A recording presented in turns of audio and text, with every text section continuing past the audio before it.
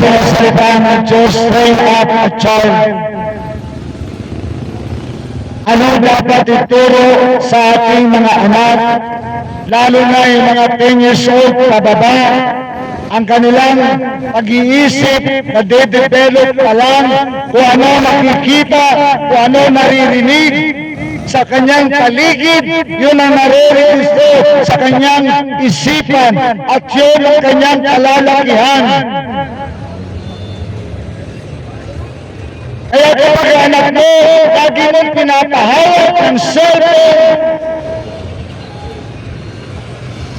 puro basura ang matatanim sa iyong mga anak, maawa ka sa anak mo. At huwag kang magtataka kapag lumaki yan na matigas ang ulo sapagkat pinayaan mo siya, hindi mo siya pinring patungkol sa Panginoon. Mga magulang, kaya ka naging magulang. Para i-train mo ang iyong anak, ipagsusulit mo sa Panginoon kapag yung anak mo napariwara. Dahil sa kapamaran mo, mga magulang, huwag tayong tatamat-tamat, huwag tayong patumpik-tumpik, pagpatungkol sa ating mga anak. Awa ka sa anak mo, at ikaw din, maawa ka sa sarili mo. Pagkat magkakaroon ka din ng problema pagdating ng panahon. Kapag tayo walang ginagawang pagtitrain sa ating mga anak, kapatid, asahan mo na yan. Magkakaroon ka ng problema sa future mo at sa future ng anak mo.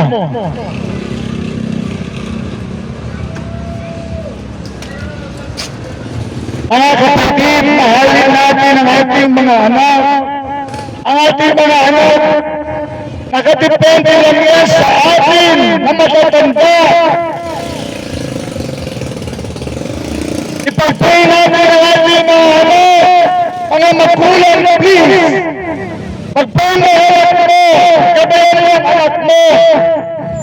Turuan mo ang anak mo tungkol sa Panginoon. Salita ng Diyos ang iisip mo sa iyong mga anak.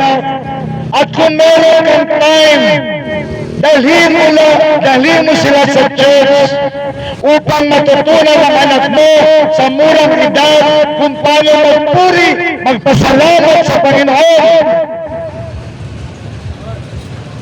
At kung paano manalangin sa Panginoon. Mga kapatid, kawaway ating mga anak, nakadepende ating mga anak sa kanyang mga magulang. Walang kakayanan ang ating mga anak dumupensa sa mga atake ng kaaway ng dyablo. Tapos tayo mga magulang, patumpik-tumpik, chismis-chismis lang. Samantala yung anak mo, pinaglalawa lang sa taras. O ano lang ini-inject sa isipan ng iyong anak. Kabayan natin ang ating mga anak, lalo na sa mga games, sa computer, sa cellphone, lalo na yung Roblox, maging yung 764. Karamihan sa mga laro sa cellphone ay puro demonic, kapatid. Can you just imagine, yung anak mo sa murang edad, pinaglawaruan na ng mga demonyo, kinokontrol na ng mga demonyo. Hindi ka ba natatakot ang anak mo isang araw kaposesa ang demonyo?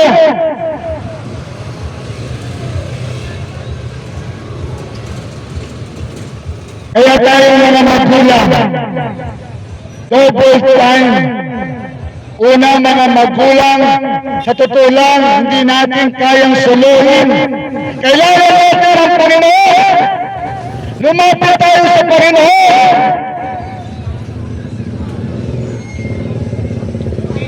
Mga magulang, Kailangan mo lumapit sa Panginoon. Hindi mo kakayanin pagpapalaki sa anak mo ng maayos. Maniwala ka. Tayo mga magulang, dapat lumapit sa Panginoon. Tayo mga magulang, dapat humingi ng tulong sa Panginoon. Kapag meron ng relasyon ng mga magulang sa Panginoon, mga kapatid, madali na. Magmaisan na yung bigagan ng mga magulang sapagkat meron ng Panginoon na aalalay sa Kanya, tutulong sa Kanya, gagabay sa Kanyang mga anak.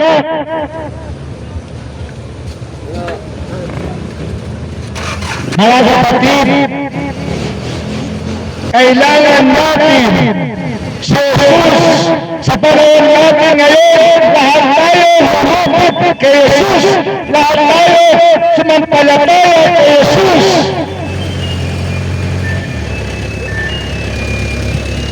Lahat tayo magpakumbaba kay Jesus. Sabihin natin, Panginoon, Panginoon Jesus, kailangan ka namin. Panginoon Jesus, kailangan kita. Sa panahon natin ngayon, kailangan natin lahat si Jesus. Sa panahon natin ngayon, kailangan ng mundo nito si Jesus. Sapagkat si Jesus lang ang gagapit sa talas, wala nang iba. Kaya kapag wala kang relasyon kay Jesus, kapatid, ang kaaway ng Diablo, magiging pansimpag ka lang. Kaya ang tawag tayo, lalo ng mga magulang, parang awal na. Maawal ka sa anak mo. Lumapit ka sa Panginoon upang ang Panginoon ay tutulungan ka sa pagpapalaki ng iyong mga anak. Mga magulang, kung talagang mahal mo ang anak mo, ititrain up mo siya in the way he should go. Ano bang nais natin mga magulang sa ating mga anak paglaki nila? Kapatid, ang pinakamagandang ituro sa anak mo ay si Jesus. Si Jesus. Si Jesus.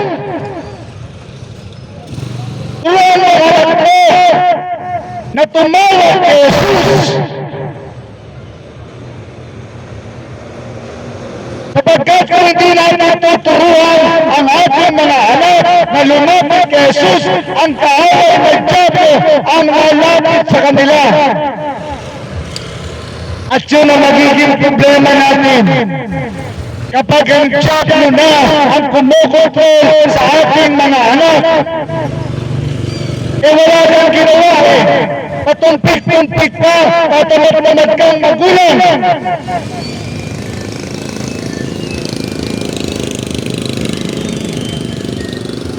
Tayo mga magulang, turuan natin ang ating mga anak ang relasyon kay Jesus sa murang edad nila.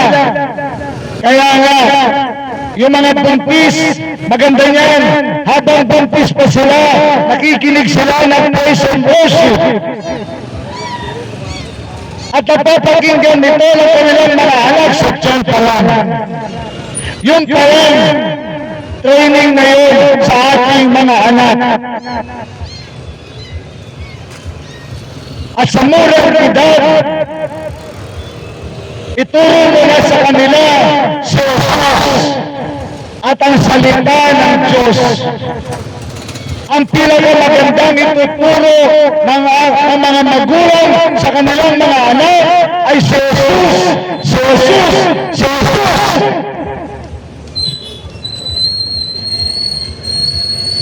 Pag hindi mo tuturuan ng tungkol kay Jesus, ang ang Diablo magtuturo dyan.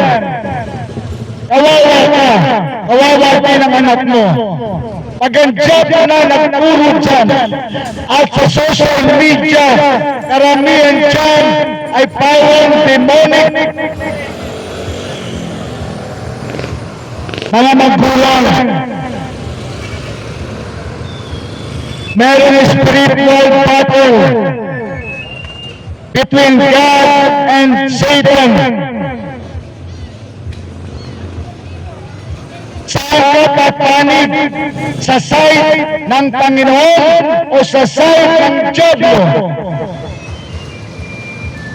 Kapag hanggang ngayon, wala ka pang relasyon sa Jesus, kapatid, malamang sa hindi, sa side ka ng kaaway ng Diablo. Kawawa ang pamilya mo, kawawa mga anak mo. Kaya tayong mga magulang, bawat isa sa atin, nanay at tatay, mahal kayo ng Panginoon, kaya pinapaalam ito sa inyo ng Panginoon. Mahal ang Panginoon bawat pamilya, kaya dapat gawin ng bawat pamilya, papasukin si Jesus. At mag-uumpisa ito sa mga tatay. Mga tatay, dito mo ilabas ang tunay mong pagkalalaki. Dito mo ilabas ang pagkamacho mo kung tatanggapin mo si Jesus.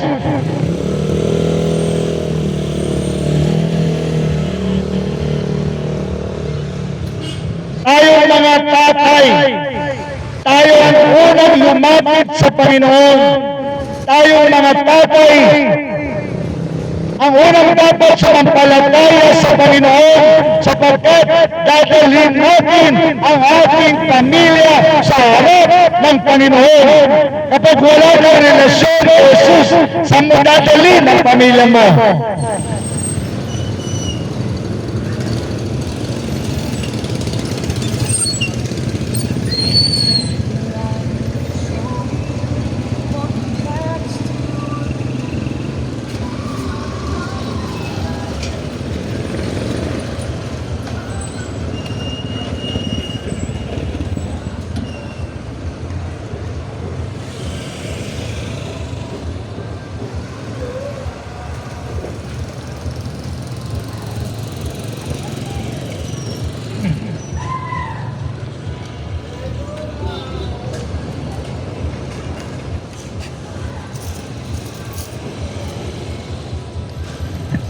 Ang sabi ng salita ng Diyos, Proverbs 22:15, foolishness is bound in the heart of a child, but the rod of correction shall drive it far from him. Ang ating mga anak, defenseless po yan. Kung ano lang nakikita niyan at naririnig sa kanyang paligid, yun ang ma-inject sa kanyang mindset at yun ang kanyang kalalakihan. Kaya tayo mga magulang, hanggang bata pa sila, disiplinahin na natin sila. Ang sabi ng salita ng Diyos, ang pamamalo basta nasa katwiran, hindi yan ikamamatay ng ating mga anak para lang maituwid natin ang mga maling gawain ng ating mga anak.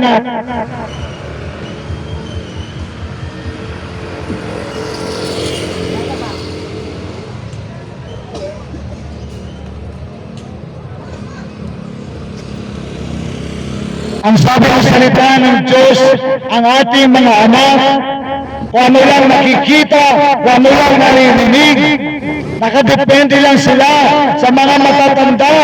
Tayo mga matatanda, be a good example to the youth, to the children, sapagkat lahat tayo magsusulit sa Panginoon. Ikaw na matanda, give example to the children. Huwag kang kasaway.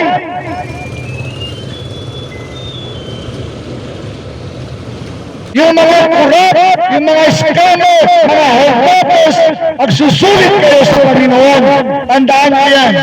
Kaya igilan mo yan, pagsisiyan mo yan. Walang papasok sa kaharian ng Diyos ng mga kurap, ng mga holdovers, ng mga scammers, ng mga gumagawa ng kasamaan sa mundong ito. Lahat tayo magsusulit sa Panginoon, kapatid. Samantalang kung ikaw magpapakumbaba sa Panginoon, sasampalataya sa Kanya, pagpapalain ka ng Panginoon, ililigtas ka pa ng Panginoon. Kapatid, be wise. Be wise. Sa panahon natin ngayon, mas pinipili ng mga tao ang gumawa ng masama. Kapatid, hindi mo maalam, ipagsusulit natin lahat sa Panginoon. At walang future kapag gumagawa mo ng masama. Ang future mo lang dyan ay hell! Hell! Ikaw, kung gusto mo mapunta sa hell, huwag kang tumigil. Samantalang meron magandang future sa akin lahat. Inihanda ng Ama sa katawan ni Jesus. Lahat tayo dadalhin ni Jesus sa kanyang kaharian. Ang tanging mo lang gagawin, sasampalataya kay Jesus at magsisi sa iyong mga kasalanan. Hindi ba mas maganda yun? Ang akala ng iba, it's cool in hell. Kapatid, isa kang mangmang kapag sinasabi mo yan. Hindi mo pa alam na ang hell ay ginawa para kay Satanas at para sa kanyang mga demonyo. Parusa yun ng Diyos sa kanila. Ang apoy doon, hindi namamatay. Ang mga lahat ng mabaho, lahat ng mga kulisap nandoon at gagapang sa katawan mo araw at gabi.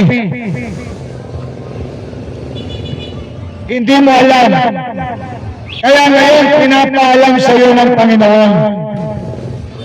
Walang future sa mga gumagawa ng kasamaan sa mundong ito. Ang future mo lang ay hell, hospital, o kulungan. Samantalang napakaganda ng future natin sa piling ng Panginoon.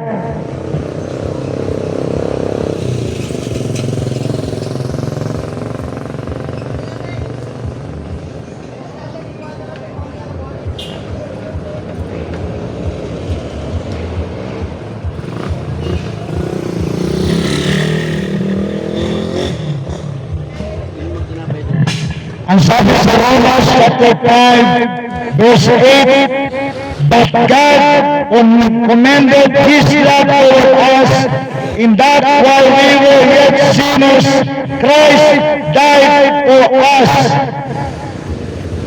Ang Diyos daw na nagmahal sa atin ng sobra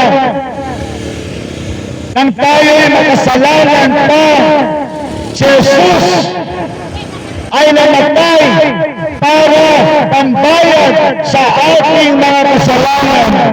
Kapatid, hindi na ikaw nagbayad, ayaw mo pa. Hindi na ikaw yung nagsakripisyo, ayaw mo pa. Hindi na ikaw yung namatay sa krus, ayaw mo pa. Lahat ay ginawa ni Jesus alang-alang sa atin upang tayo ay maligtas ni Jesus. Ginawa lahat ni Jesus. Wala ka lang gagawin. Ang gagawin mo na lang, sasampalataya kay Jesus. Pagsisisiyan mo mga kasalanan mo. Yun lang ang gagawin mo. Tapos patumpik-tumpik ka pa. Akala mo ang buhay mo, hawak mo, kapatid, kapag nalaman ng Diyos, ikaw nagmamatigas sa kabila ng lumalapit siya sa iyo, pinaparinig niya ang kaligtasan mo, at ikaw ay nagmamatigas. Isang araw sasabihin ng Ama, okay, yan ang gusto mo. doon ka na sa hell.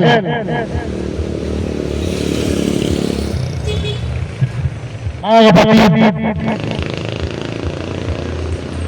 sa totoo lang mga kapatid, lubhang mahal tayo ng Ama. Isinakripisyo niya ang kanyang buntong na anak. Kung tutuusin, kung sinabi lang ng Ama, huwag ka lang bumaba anak sa lupa, o parusahan ko na lang lahat ng tao sa hell. Subalit hindi ginawa ng Ama yun. Binigyan tayo ng pagkakataon ng Ama na maligtas. Pinapabaya ang kanyang buntong na anak. Para tayo maligtas, ang gagawin mo na lang, sasabihin mo na lang, Panginoon, patawarin mo ko sa lahat ng kasalanan ko. Tinatanggap kita bilang Panginoon tagapagligtas ng buhay ko. Yun lang ang gagawin mo, kapatid. Tapos pinatatagal mo pa.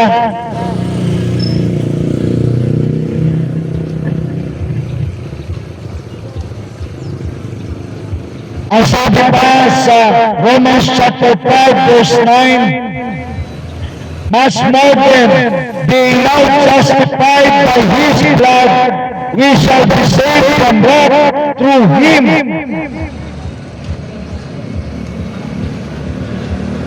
Dahil daw sa dugo ng Panginoong Yesus na dumanak sa krus, tayo daw ay patatawarin ng Ama. Tayo daw ay gagawing matuwid ng Ama dahil sa dumanak na dugo ng kanyang buntong na anak. At tayo daw maliligtas sa galit ng Ama, kapatid.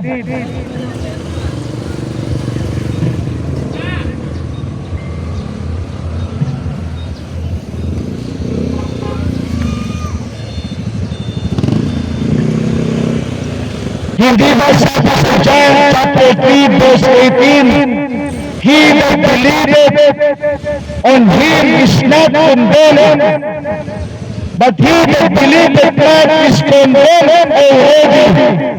Ang sino man daw sasampalataya sa kanyang buntong na anak ay hindi hahatulan ng Diyos. Ang hindi sasampalataya ay hahatulan ng Ama. Avocado na iwan na lang yung tubo. Kaya mga kapatid, huwag mong hayaan hatulan ka ng Diyos. Huwag mong pagmamatigasin ang puso mo sa Panginoon upang ikaw ay hatulan ng Ama. Ang mga tao na hindi lumalapit sa Panginoon, ang kahatulan ng Ama nakaabang na sa iyo. Kapatid, huwag kang magmatigas sa Panginoon. Huwag mong pagmamatigasin ang puso mo sapagkat si Satanas natutuwa sa iyo. Kapagkat alam ni Satanas, kapag tayo lumapit kay Jesus, makakalaya tayo sa piling niya, sa pagkakagapos ni Satanas. Kapatid, lumapit ka kay Jesus, malayain mo sarili mo sa piling ni Satanas, maawa ka sa kaluluwa mo. Unless gusto mo sarili, nasa sa iyo yun, kapatid.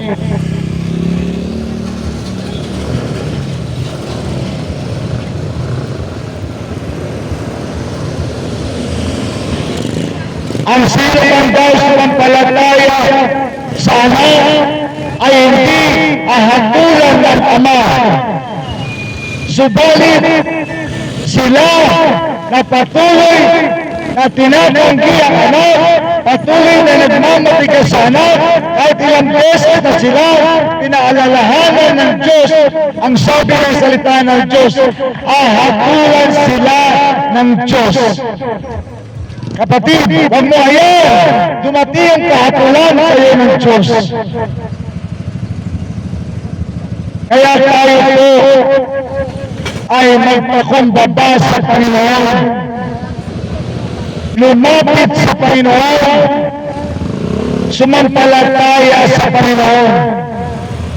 Walang mahirap. Maging ang ating kaligtasan, pinadadali lang ng Panginoon para ikaw, wala kang mairarasyon sa Panginoon.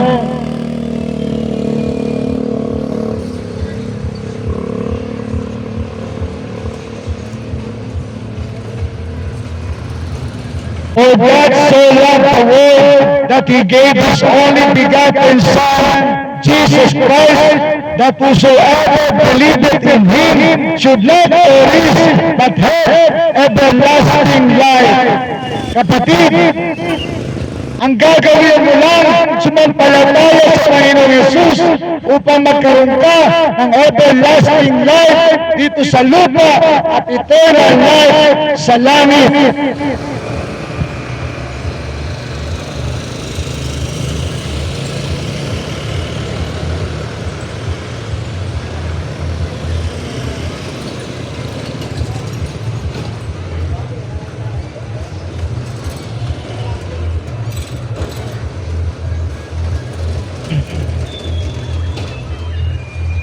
For God sent not His Son into the world to condemn the world, but the world through Him might be saved. The world through Him might be saved. Sa pamamagitan lang daw ni Jesus, maliligtas ang sanlibutan ito. Ayaw habulan ng Diyos ang sanlibutan ito, kaya pinadala ang kanyang bugtong na anak.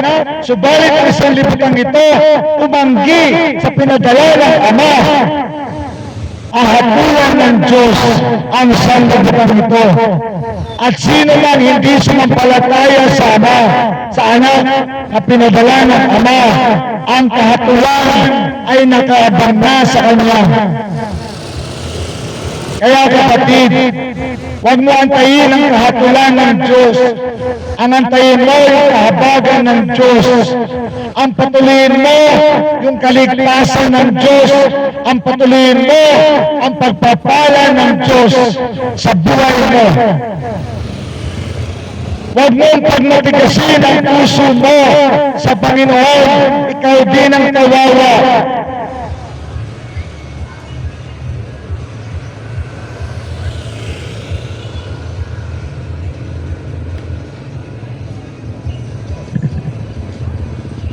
Ang sabi sa John chapter 3 verse 36, He that believeth on the Son hath everlasting life, and he that believeth not the Son shall not see life, but the wrath of God abideth in him.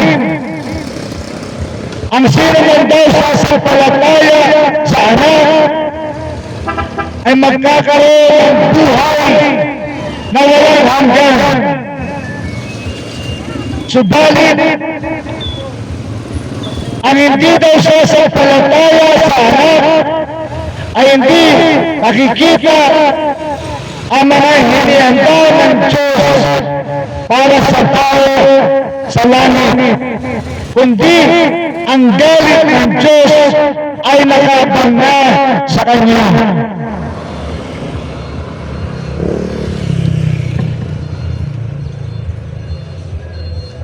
Mga taga-Bulihan, mga taga-Bagong Palengke, mahal kayo ng Panginoon.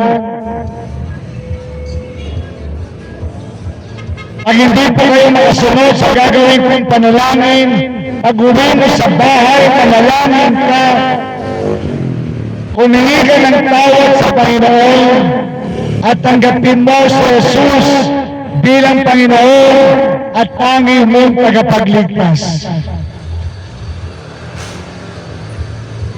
Ako po ay nananalangin na sumunod po kayo sa mga nais maligtas at magkaroon ng relasyon kay Jesus at may sulat ang pangalan mo sa aklat ng buhay sa araw na ito upang ang buhay na walang hanggan ay sasapitin natin. Sumunod po kayo sa panalangin. Sabihin po natin lahat, Panginoong Jesus, Ako na isang makasalanan lumalapit sa iyo, nagpapakumbaba sa iyo. Patawarin mo po ang lahat ng mga kasalanan ko. Patawarin mo po ang lahat ng kalikuan ko. Patawarin mo po ako, mahabag ka po sa akin. Panginoong Yesus, salamat ako'y pinatawag mo, ako'y nilinis mo sa mga sandaling ito. Kaya naman, Panginoon, tinatanggap kita bilang Panginoon at tanging tagapagligtas ko. Pumasok ka sa buhay ko, isinusuko ko ang buhay ko sa iyo, magmula sa araw na ito. Ikaw na ang bahala sa akin, sa aking asawa, sa aking mga anak. In Jesus' name, salamat Panginoon, pinatawad mo ako, nilinis mo ako, niligtas mo ako, at isinulat mo ang pangalan ko sa aklat ng buhay. Ikaw na po bahala sa mga susunod kong gagawin. In Jesus' name, Amen. Amen. Kung kayo po ay sumunod, kayo po ay pinatawad na ng Panginoon, nilinis na ng Panginoon, lagi lang po kayong tumawag sa Panginoon. Ang panalangin niyo po ngayon ay lagi nang diringgin ng Panginoon sapagkat meron na kayong relasyon sa Kanya. At ang Panginoon ay meron ng gabay sa inyong pamilya at ang iyong mga anak, ipapanalangin mo na lang sa Panginoon at ang Panginoon gagabayan ang iyong mga anak. Sa mga hindi nakasunod, mamaya pag-uwi niyo sa bahay, manalangin kayo sa Panginoon. Sumampalataya kayo sa Panginoon. Tanggapin niyo lang ang Panginoon bilang Panginoon tagapagligtas ninyo at tumingi kayo ng tawad sa Panginoon. Ako po ay mananalangin na para sa inyong lahat. Panginoon, salamat po sa oras na binigay mo sa akin sa lugar na ito. Panginoon, lahat ng mga nagtitinda, mga namimili sa lugar na ito, mga nagdadaan, mga nakapakinig ng iyong salita. Panginoon, ligtas mo sila. Patawarin mo sila sa kanilang mga kasalanan. Magrenang magluho sa iyong mga salita at tanggapin ka nila, Panginoon Jesus, bilang Panginoon at tanging nilang tagapagligtas. Panginoon Jesus, pagpalain mo po ang kanilang mga hanap buhay, ang kanilang mga pamilya, at dinadala mo lahat ng bata, kabataan sa lugar na ito. Anumang mga espiritu ng kaaway na nakakagawa sa lahat ng mga bata sa lugar na ito ng bagong palengke at mga kabataan na hindi mula sa Holy Spirit, ang mga espiritu ito ay ginagapos ko, tinatapon ko pabalik sa iyo. In Jesus' name, kinakalagan ko ang espiritu ng salvation, protection, relationship with Jesus, faith in Jesus, repentance from sin, makagawa sa lahat ng bata, sa lahat ng mga kabataan sa lugar na ito. In Jesus' name, Amen. Amen. Salamat po sa inyong lahat and Shalom.